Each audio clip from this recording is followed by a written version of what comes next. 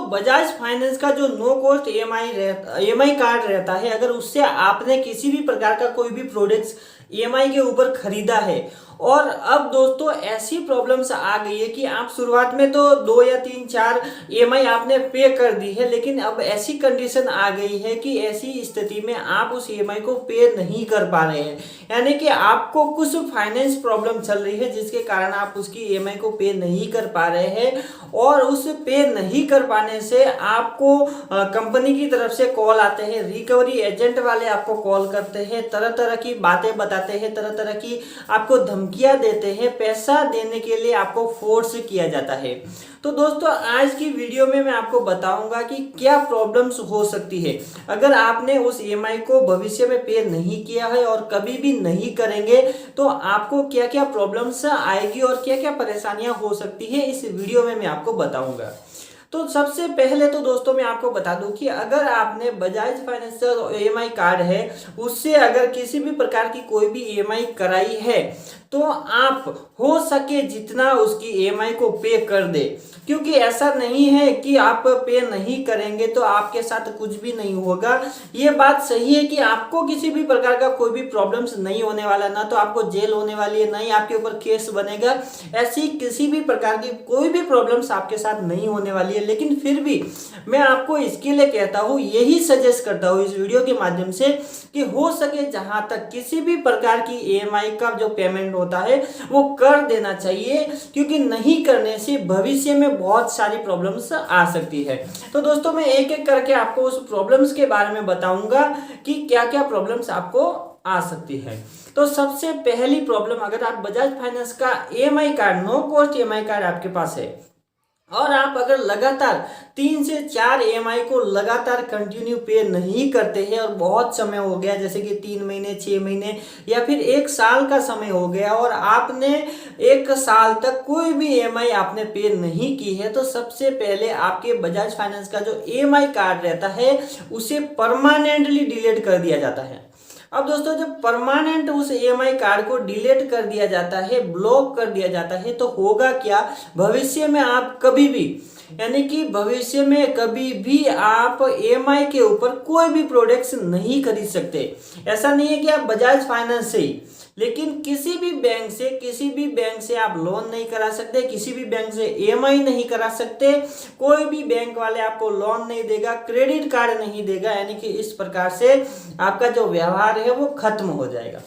दूसरा दोस्तों क्या प्रॉब्लम हो सकती है, दूसरी ये प्रॉब्लम होगी कि आपके सिविल स्कोर को वहां पे खराब कर दिया जाता है, आपका जो क्रेडिट स्कोर है उसे डाउन कर दिया जाता है। जब क्रेडिट स्कोर आपका डाउन हो जाता है तो अगर भविष्य में आप कहीं भी कोई भी लोन कराते, चाहे वो पर्सनल लोन हो, होम लोन हो, कार लोन हो, बिजनेस लोन हो, ऐसे लोन के लिए जब आप अप्लाई करते हैं और अगर आप अपने पैन कार्ड और आधार कार्ड को जब वहाँ पे जमा करवाते हैं और वो लोग जब चेक करते हैं तो आपकी पूरी डिटेल्स,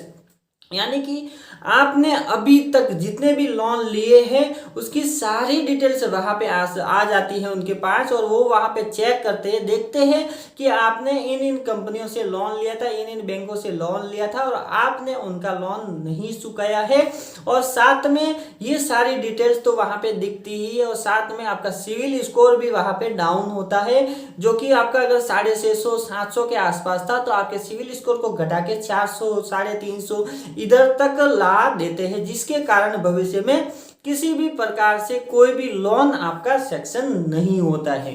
तो ये आपको नुकसान होता है, यानी कि सिविल स्कोर को खराब कर देते हैं। बजाज फाइनेंस के क्रेडिट कार्ड आपको पूरी तरह से ब्लॉक कर दिया जाता है, तो पूरी तरह से आपकी जो देखा जाए तो आपकी फाइनेंशियल डेथ कर दी जाती है, जिससे कि आपको बहुत बड़ा नुकसान आगे जब जाते हैं तब होता है, जब भविष्य में आपको किसी भी प्रकार की कोई लोन की जरूरत पड़ती है तब ये सारी प्रॉब्लम आती है। इसके लिए दोस्तों मैं सजेस्ट करता हूं कि हो सके जहां तक जितना जल्दी हो सके उतना जल्दी किसी भी ईएमआई को भर भर देना चाहिए, किसी भी लोन के पेमेंट को दे देना चाहिए, क्रेडिट कार्ड के बिल को भी जल्दी से जल्दी भर देना चाहिए, क्योंकि ये जो सारे जो बैंक के जो रिकॉर्ड्स रहते हैं वो हमेशा ही रहते हैं और वो सालों साल आपका जो अमाउंट है वो बढ़ता जाएगा बढ़ता जाएगा बढ़ता जाएगा। अगर आप 10 साल के बाद अगर आपको ऐसी जरूरत पड़ी किसी बड़े लोन की, तो आपको लगेगा कि ये छोटा अमाउंट है, भर दे, तो वो भी छोटा अमाउंट एक दिन बहुत बड़ा हो जाएगा और वो आपको भरना ही पड़ेगा, क्योंकि आपको जो बड़ा लोन है वो चाहिए तो आपको पहले वो क्लियर करना पड़ेगा, उसके बाद ही वो बैंक वाले आपको लोन पास करवाएंगे। तो ये सारी प्रॉब्लमें होती है। अब तीसरी प्रॉब्लम क्या होती है कि आपको अगर आप किसी भी प्रकार का कोई लोन है, ईएमआई है, अगर आप पेमेंट नहीं करते हैं तो उस बैंक वाले क्या करते हैं, थर्ड पार्टी से रिकवरी एजेंट हायर करते हैं, जो कि आपको बार बार कॉल करके परेशान करते हैं, हेरेसमेंट करते हैं, आपके घर पे आते हैं, आपको घर पे आके फिर आपसे पैसा मांगते हैं, अगर आप पैसा नहीं दे पाते हैं तो वहाँ पे गाली गलौज करते हैं, लड़ाई झगड़े भी करते हैं। तो ये सारी प्रॉब्लम्स होती है। हालांकि ये सारे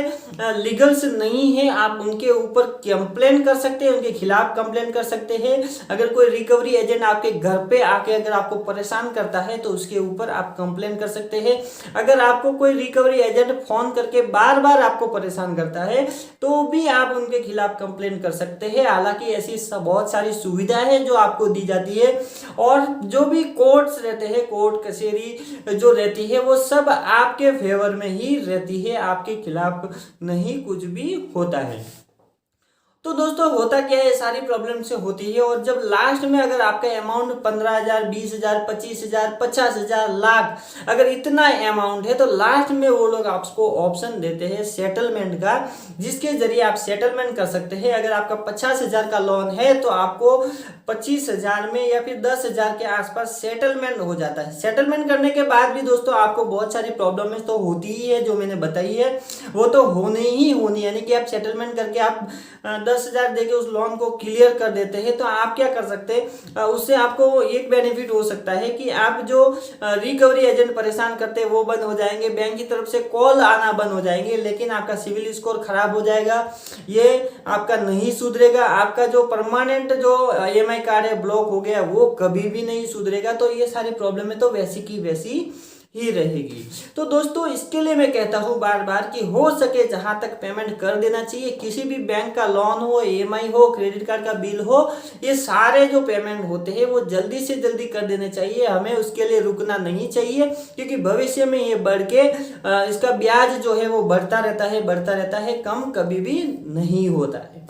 तो बस दोस्तों आज के लिए इतने, वीडियो अच्छी लगी तो लाइक करें, शेयर करें अपने दोस्तों के साथ। अगर आप मेरे चैनल पर नए तो चैनल को सब्सक्राइब जरूर करें ताकि ऐसी वीडियो आपको मिलती रहे।